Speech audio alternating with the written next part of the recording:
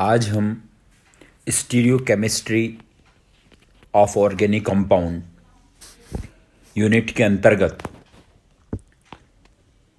त्रिविम रसायन के बारे में अध्ययन करेंगे। त्रिविम रसायन त्रिविम समावयवता के अध्ययन को कहते हैं। त्रिविम समावयवता में अणुओं की त्रिविमीय संरचना में परमाणुओं के जुड़ने की स्थिति भिन्न भिन्न होती है, इसलिए इन्हें त्रिविम समावयवी कहते हैं तथा इस गुण को त्रिविम समावयवता कहते हैं। त्रिविम समावयवता 3 प्रकार की होती है। नंबर 1 प्रकाशिक समावयवता, नंबर 2 ज्यामितीय समावयवता, नंबर 3 चक्रण, घूर्णन या संरूपण समावयवता। अब हम प्रकाशिक समावयवता के बारे में विस्तार से बात करेंगे। प्रकाशिक समावयवता ऐसे यौगिक जिनके भौतिक गुण, रासायनिक गुण व संरचना समान हो लेकिन प्रकाशिक गुण अलग अलग हों, प्रकाशिक समावयवी कहलाते हैं तथा इस गुण को प्रकाशिक समावयवता कहते हैं। प्रकाशिक समावयवियों में से एक समावयवी समतल ध्रुवित प्रकाश के तल को दाईं ओर, जबकि दूसरा समावयवी समतल ध्रुवित प्रकाश के तल को बाईं ओर घुमा देता है। ध्रुवण घूर्णकता किसी यौगिक द्वारा समतल ध्रुवित प्रकाश के तल को घुमा देना ध्रुवण घूर्णकता कहलाता है तथा यौगिक को ध्रुवण घूर्णक कहते हैं। जो यौगिक समतल ध्रुवित प्रकाश के तल को नहीं घुमा पाते वे ध्रुवण अघूर्णक कहलाते हैं। अब ये समतल ध्रुवित प्रकाश क्या होता है? समतल ध्रुवित प्रकाश से तात्पर्य उस प्रकाश से है जिसके कारण माध्यम के कणों का कंपन केवल एक ही तल में होता है। सामान्य प्रकाश को पोलराइड लेंस या निकोल प्रिज्म में से प्रवाहित करने पर समतल ध्रुवित प्रकाश प्राप्त होता है। जैसा कि इस चित्र में बताया गया है, सामान्य प्रकाश सभी दिशाओं में संचरित होता है। अब इस सामान्य प्रकाश को यदि पोलराइड लेंस या निकोल प्रिज्म के अंदर से पास करें तो इससे निकलकर प्राप्त होने वाला जो प्रकाश होगा वह समतल ध्रुवित प्रकाश होगा। इसमें कंपन संचरण की दिशा के लंबवत होते हैं, यानी एक ही तल में होते हैं, इसलिए ये समतल ध्रुवित प्रकाश है। अब हम बात करते हैं दक्षिण ध्रुवण घूर्णक तथा वाम ध्रुवण घूर्णक पदार्थ क्या होते हैं।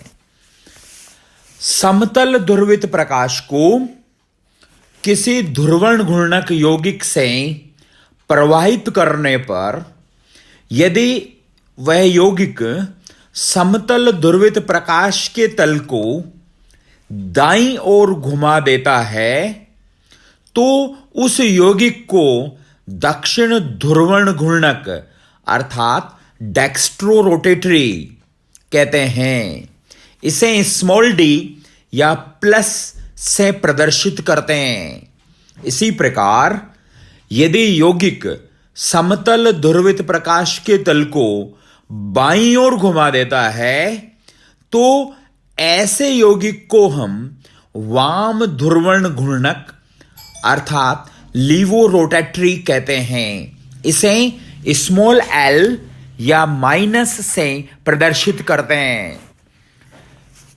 इस चित्र में यौगिक के विलयन में से या उसकी द्रव अवस्था में से यदि समतल ध्रुवित प्रकाश को प्रवाहित किया जाए तो दाईं तरफ यदि वो समतल ध्रुवित प्रकाश का तल घूमता है तो वो डी या प्लस होगा यौगिक, और यदि बाईं तरफ घूमता है समतल ध्रुवित प्रकाश का तल तो वो एल या माइनस यानी लिवो रोटेटरी होगा। विशिष्ट घूर्णन, ध्रुवण घूर्णकता का मापन विशिष्ट घूर्णन के रूप में किया जाता है। किसी ध्रुवण घूर्णक यौगिक का विशिष्ट घूर्णन यानी स्पेसिफिक रोटेशन समतल ध्रुवित प्रकाश का डिग्री में घूर्णन कोण का वह मान है जो पदार्थ के 1 ग्राम प्रति ml सांद्रता के 1 डेसीमीटर विलयन में समतल ध्रुवित प्रकाश के गुजारने से प्राप्त होता है। विशिष्ट घूर्णन को alpha with in big bracket से प्रदर्शित करते हैं, अर्थात विशिष्ट घूर्णन alpha with in big bracket, इसके नीचे लैम्डा यानी तरंग दैर्घ्य और ऊपर टी डिग्री सेंटीग्रेड यानी ताप का मान लिखा जाता है। तो अल्फा बराबर प्रेक्षित घूर्णन कोण डिग्री में बटे लंबाई डेसीमीटर में इंटू सांद्रता ग्राम प्रति ml में, अर्थात अल्फा बटे एल इंटू सी, ये विशिष्ट घूर्णन होता है। ध्रुवण घूर्णकता का मापन करने के लिए जो उपकरण प्रयुक्त किया जाता है उसे ध्रुवण मापी यानी पोलरीमीटर कहते हैं। एक ध्रुवण मापी का सरल रेखा चित्र इस चित्र में प्रदर्शित है, जिसमें S यानी प्रकाश का स्रोत है, P पोलराइज्ड लेंस है। इससे प्रवाहित होने के बाद वह प्रकाश समतल ध्रुवित प्रकाश में परिवर्तित हो जाता है। स्मॉल l लंबाई की T प्रेक्षण नली है यानी ट्यूब है, नलिका है। इसमें समतल ध्रुवित प्रकाश प्रवाहित होने के बाद कैपिटल A विश्लेषक यानी एनालाइजर है। एनालाइजर से जब प्रकाश प्रवाहित होता है तो उससे उस प्रकाश के तल का किस दिशा में घूमता है ये हम E यानी आइस से देखकर बता सकते हैं कि वह दक्षिण ध्रुवण घूर्णक यानी D पदार्थ है या वाम ध्रुवण घूर्णक अर्थात L पदार्थ है। घूर्णन कोण का मान जिन कारकों पर निर्भर करता है वे कारक हैं, नंबर 1 प्रकाश की तरंग दैर्घ्य यानी लैम्डा, नंबर 2 विलयन का ताप टेम्परेचर, नंबर 3 विलयन की सांद्रता यानी कंसंट्रेशन, नंबर 4 प्रकाश द्वारा तय की गई दूरी डिस्टेंस, और नंबर 5 विलायक एवं पदार्थ की प्रकृति नेचर। अब हम बात करेंगे असममित कार्बन परमाणु या किरेल केंद्र या स्टीरियोजेनिक सेंटर।